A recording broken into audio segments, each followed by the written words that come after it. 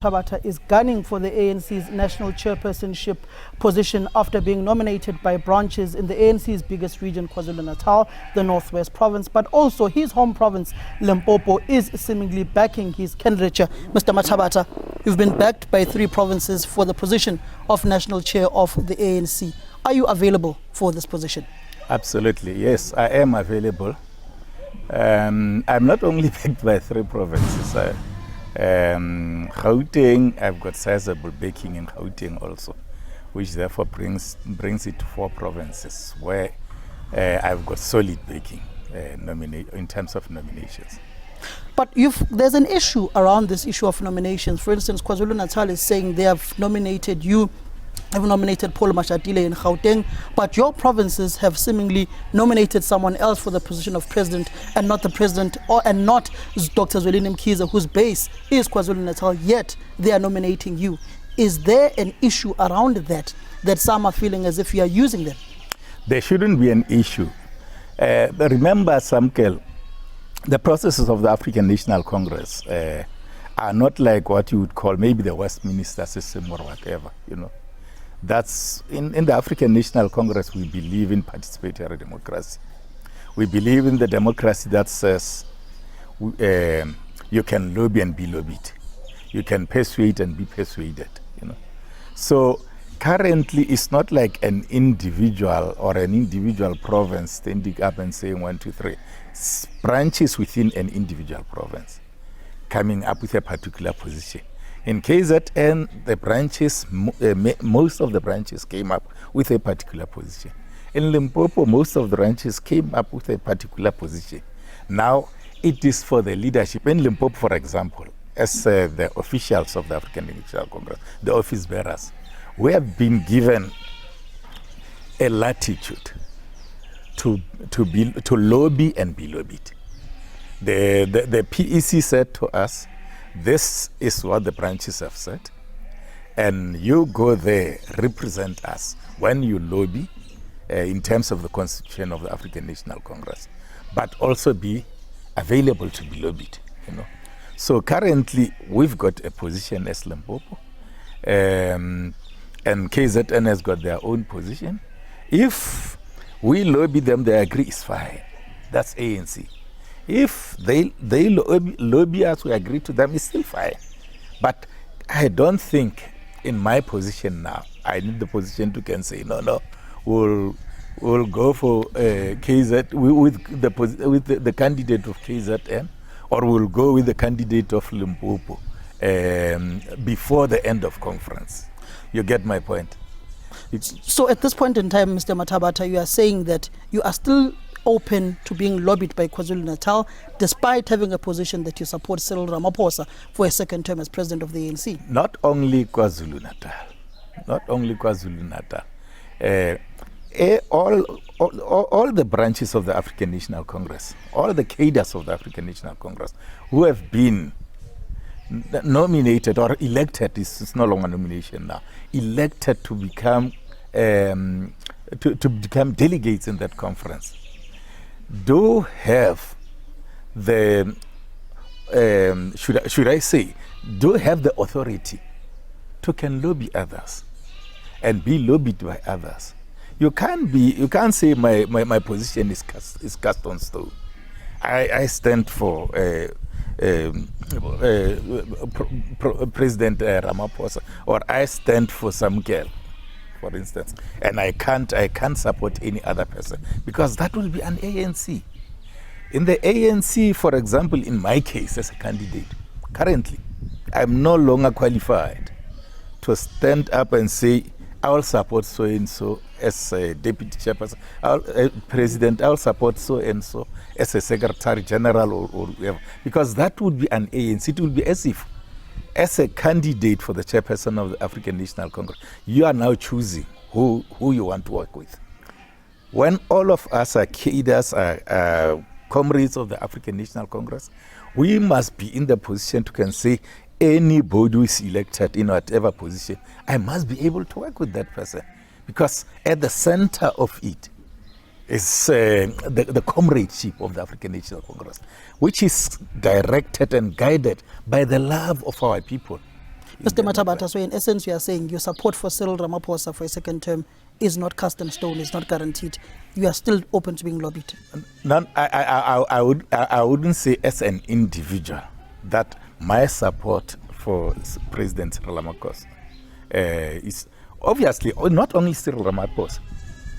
Everybody, even my support, even the province, on the support of the province in Limpopo. The province in Limpopo has taken a resolution that they will support Stanley Mathabatha as the chairperson. But that is not cast on stone. But now, if you put it as if we are now shaky on our stance on Cyril Ramaphosa, no, it's not like that. We have made a decision as the Provincial Executive Committee. The regions of the ANC have made a decision. The Premier and the Chairperson of the ANC in the province made a pronouncement on January the 8th. And at the conference also, we made a pronouncement. So that is the position that we are going to advocate to other provinces, including KZN. But what I'm trying to say is that for any position, including that of mine, if KZN is successful or the Eastern Cape is successful in persuading us not support the name of Stanley Mathabatha, and we find that for the interest, in the interest of unity of the African National Congress, it will be good that we don't support Stanley Mathabatha, we support somebody else. Who will support that? That is why we are saying we are available to be lobbied, and we are also going to vigorously lobby for our positions. On the issue of being lobbied, those whom are seemingly surrounding the president of the ANC, whom are seen as the renewal lobbyists, Mondli Kungubele, Derek Hanikom, they've seemingly not embraced you for the position of a national chairperson, but embraced the incumbent, which is Gwede Samson Mantashe. Mm-hmm. Why would you vote for someone whose own chief lobbyists are not lobbying for you? I'm not sure if I agree with you that Mondli Kungubele is Cyril Ramaphosa's chief lobbyist. You'll remember when we went to Nasrec, there were people who had appointed themselves, who perhaps the media had identified as the chief lobbyist of Cyril Ramaphosa. But I can assure you, the chief lobbyist of the Cyril Ramaphosa towards Nasrec, it was Limpopo, it was us, but we were not seen as such. So currently, I'm not worried about individuals now. To be honest with you, I'm not worried about individuals. I'm worried about the branches of the African National Congress.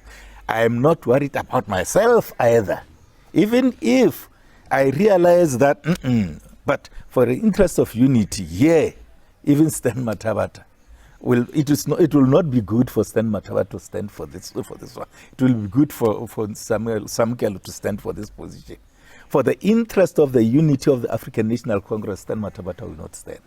You raised a very important issue of the unity of the ANC. In the leaked audio recordings of the virtual NEC meetings, you called for a retreat of the NEC to work on unity and cohesion of the party, because you had each other's throats. Why didn't that retreat ever take place? Where is the unity within your own party? That is my question. Why did this retreat not take place? I guess, I suspect. I'm currently not in the top 6 because we had requested the top 6 to do that. I'm not in the top 6 now, but I suspect it was because of resources. That's my suspicion. I don't want to be cynical and negative and say somebody did not want it, because I take it that all comrades who are in the top leadership are genuine with the resolutions of the African National Congress. They would want to see the resolutions of the African National Congress being implemented to the core. What is your assessment of the tenure of President Cyril Ramaphosa as president of the ANC? Your overall assessment for the past 5 years he's been at the helm of this party, looking at how divisions have been so entrenched in your party. You see, my assessment will be based on the objective material conditions on the ground during the term of Cyril Ramaphosa, which to my understanding has been very different from the objective material conditions during any other presidency. Remember, we're talking about a president who has been in office for 5 years, but 3 of those years, effectively, nothing was taking place not much, not nothing, sorry. I'm being too generous when I say nothing. Not much was taking place in either in the ANC or in government or generally in our ordinary lives. We were hit by the pandemic, for 3 years, And most of our efforts, most of our resources were invested in the fight against this pandemic, So I can't really make an absolute judgment and say he did not perform well. But because we managed to deal with this pandemic in this particular way in which we managed to deal with it, under his steering, under his leadership, I would say to a large extent the collective around Cyril Ramaphosa, including Cyril Ramaphosa, when I say the collective, I mean the leadership of the African National Congress, did relatively well. You speak about doing relatively well. Your province in the NEC meetings, you once accused some NEC members of coming into your provinces, dividing them in the name of President Cyril Ramaphosa, namely the doctors who come from your region where we are, Sekhukhune. Has the president's name been used by NEC members to divide your party? No, Samkele, we never mentioned names. we didn't mention names there, Yes, I raised issues about comrades who are coming into our province doing nefarious things, nocturnally, thinking that we will not know, But we raised that in a meeting of the African National Congress, and to a large extent, I would say it was addressed. It's just that the issue of a retreat was, despite the fact that it was a resolution of the NEC, it was not given the sufficient efforts that one would have expected. That is why I am saying perhaps it was because of the issue of resources. As we would know that the African National Congress was struggling with resources. The issue of the retreat and the unity of the party, is that one of your most key priorities should you get into the top 6 of the party? Absolutely. More especially the top leadership. Samkele, you don't talk about renewal if you don't encompass 3 very critical things about renewal. Because when you renew, you don't just reform, you transform. So, for me, renewal will include or perhaps be based on 3 very critical things in the ANC. 1 is the unity of the African National Congress. 2 is the discipline, which actually comes before the unity, because you don't want to unite with everybody. You don't want to build an ANC which is an ANC of ill-disciplined people. You want to build an ANC of people with high discipline and high morale. Ultimately, you want to renew the ANC and refocus it in terms of its theory. And when I say theory, I am being very generous with the meaning of the word theory. I include policy, I include strategies, and tactics. So you must have people who would be happy, to prosecute or execute that theory of the National Democratic Revolution, whose strategic objective will be the ushering in of the non-racial, non-sexist, democratic, and free and prosperous South Africa. Why do you want that kind of strategic objective? It's because it is only that kind of strategic objective which will turn the lives of our people around to the better. Hence I said, key to this is 3 things. 1 is discipline, unity, and the love for our people. The love that Solomon Mahlangu spoke about when he was being sent to the gallows. Proletariat love, That is the kind of renewal that we would want to see. And once you get that, Samkele, I'm sure that you may have a smaller African National Congress in terms of figures, but an African National Congress which will be solid and strong. An African National Congress which will be in the position to can persuade and take along our people in programs in programs of changing their lives, you know. But Mr. Mathabatha, some may say that is rich coming from you, particularly when you are leading a province which is got a firm view that the step-aside resolution of the ANC must be scrapped, and you are saying it has eyes in the form that is being seen as persecuting certain individuals. Just this week or last week, your district or your mayor, who was the regional chairperson of Vembe as well, had to step aside due to allegations he is currently faced in the courts. Some of your leaders have had to step aside, and some of them unfairly, in the words of ANC members, stepped aside for 2 years. Isn't that rich coming from you, saying that you want unity, you want a clean ANC, but yet you want a resolution that is meant to cleanse the ANC to be scrapped? Exactly. Hence, that what we are saying currently talks firmly to what I was talking about now. Discipline. A disciplined way of doing things. A disciplined way of doing things says you are not going to implement policy, implement resolutions based on color, race, or who did it. You are going to be more objective than subjective when you implement resolutions of the African National Congress. The reason why Limpopo said we would want this step-aside resolution to be scrapped.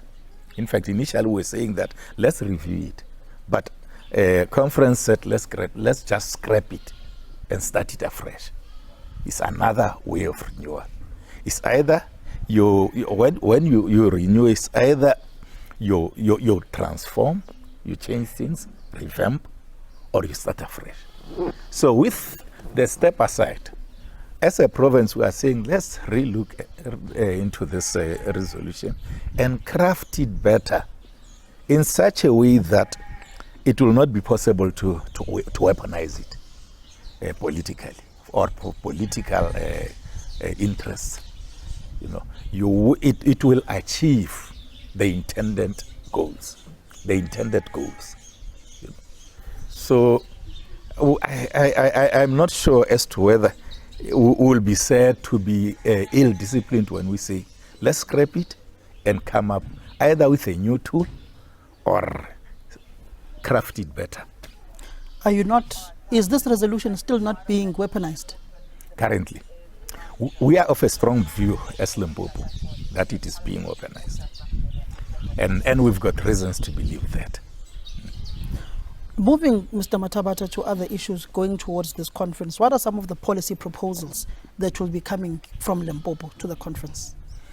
One, it will be on the issue of the top six.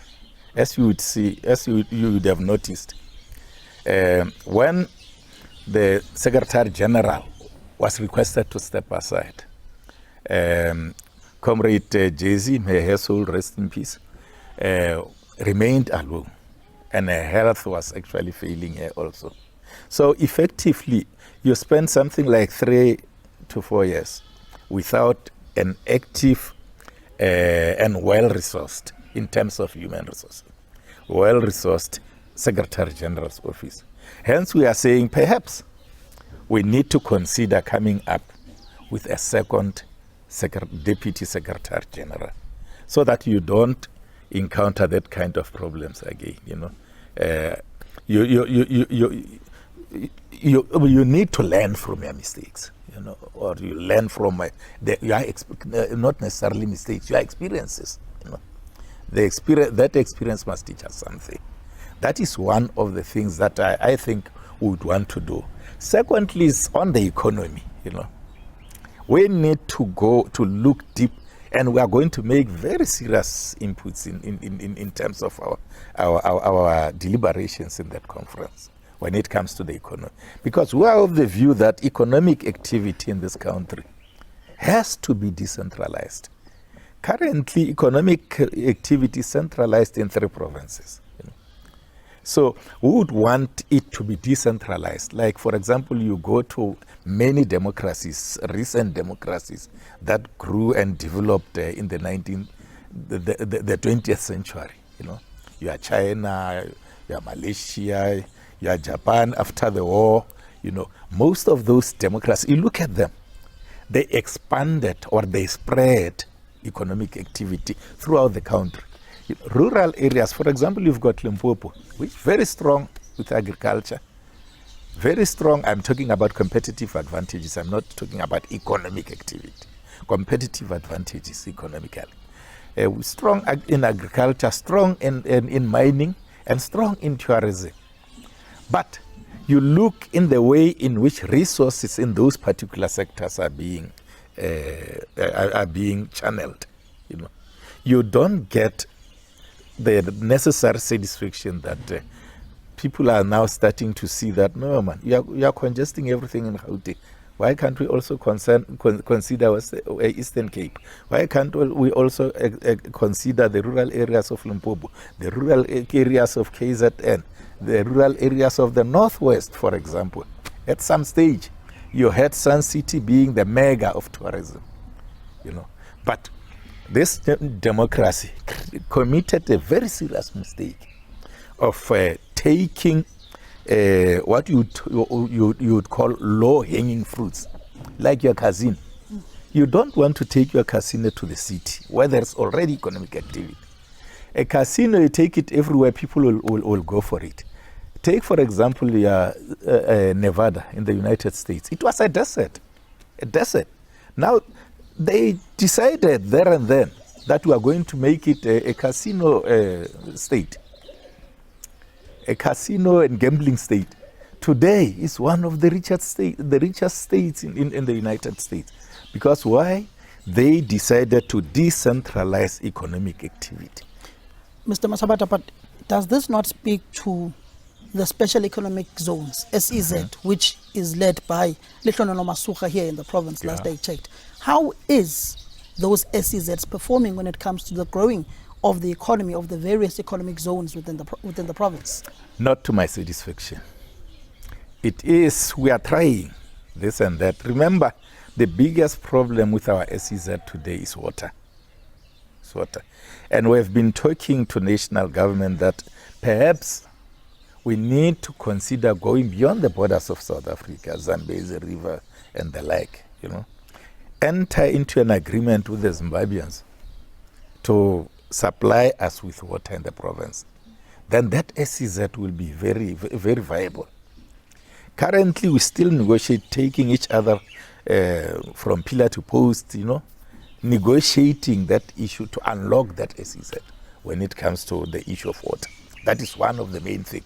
Two is the environmental impact assessment, which took us many years to convince the environmental groups, environmentalists, you know, to convince them that, that this is a viable idea. Can you support it? Allow us to go ahead, you know. And we were threatened with court cases and all these kind of things. But our view has always been not to pull people, to drag people into this thing, you know. We need to go into this thing with people who would be willing to participate. Mr. Mathabatha, as we move towards closure of this discussion, you've been Premier of Limpopo for 2 terms now. Yeah. You came in after the dissolution of the PEC, led by Castle Batale. You took the various administrations and the ANC. As you leave the province, what would you like to see going forward, and who or which individuals to take over the mantle of leadership in the province? If you look at it, the first thing that we started with when we came back was to re-establish systems so that you run an accountable government, a government with good corporate governance. That we have successfully done. You've got a stable government. We then said, let's look into the finances as to whether this, the municipalities, the provincial entities are performing optimally when it comes to their finances. You know, we realized that we had serious problems. That you remember, those were the days of the disclaimer. We said, no, let's deal with this question of disclaimer audit opinion.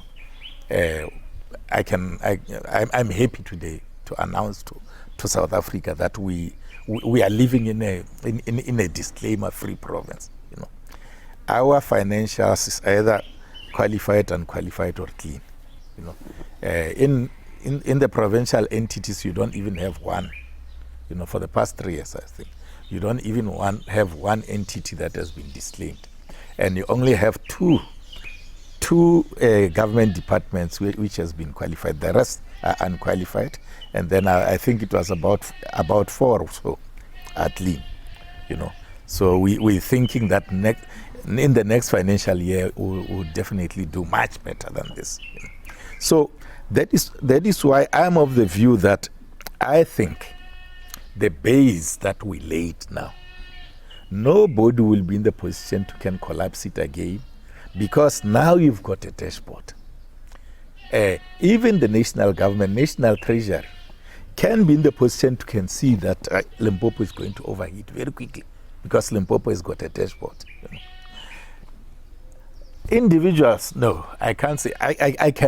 What I can simply say is that when I leave, probably 2024,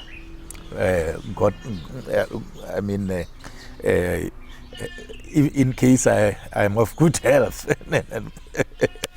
2024, when my contract lapses, I'm definitely sure that I'll have more than, in fact, let me say not less than 10 people whom I am certain that this one can take my position and run with it, even maybe better than I did. So in December, when you're elected national chairperson, you won't be leaving in January to go to national government and leave the province? Why should I? Samkele, maybe I should ask that question. Why should I? Because what will happen is that I'll be in the hands of the African National Congress. If the ANC says to me, now that you are national chairperson, we want you to resign as premier and go and work at Lutuli House, I'll do that. I'll comply. Mr. Mathabatha, as we close off this discussion, who will close the 55th National Conference of the ANC? Dr. Zweli Mkhize or Cyril Ramaphosa? Samkele, let's leave that to the branches. That is Mr. Stanley Mathabatha, who is a contender for the ANC's national chairpersonship position, saying he, as a contender, can no longer vouch for any person or campaign actively for any of the candidates. Before you close, maybe one other very important thing that I must say. I must just express my gratitude to the branches that nominated me or nominated as a province, more especially KZN, because most of my nominations came from the KZN. Hence, we are even intending to visit KZN just to thank the branches of the African National Congress in KZN, and we'll do that. So you'll be attending one of the cadres forums that will be addressed by Dr. Zweli Mkhize? That will be addressed by anybody. Even if I go with President Ramaphosa to KZN, I'll do that. I go with Paul Machatile, I'll do that. If I go with Zweli Mkhize, I'll go there. You must understand my approach. All these comrades are comrades of the African National Congress. And we should not say simply because we are contesting each other as if we are in a war situation now. No, we are comrades. So why don't you vote for Zweli Mkhize then? As KZN. So why don't you give KZN what they want, because they've nominated you? My vote is my secret, remember? So you can't say who you'll vote for at conference. Let's leave it like that. My vote is my secret.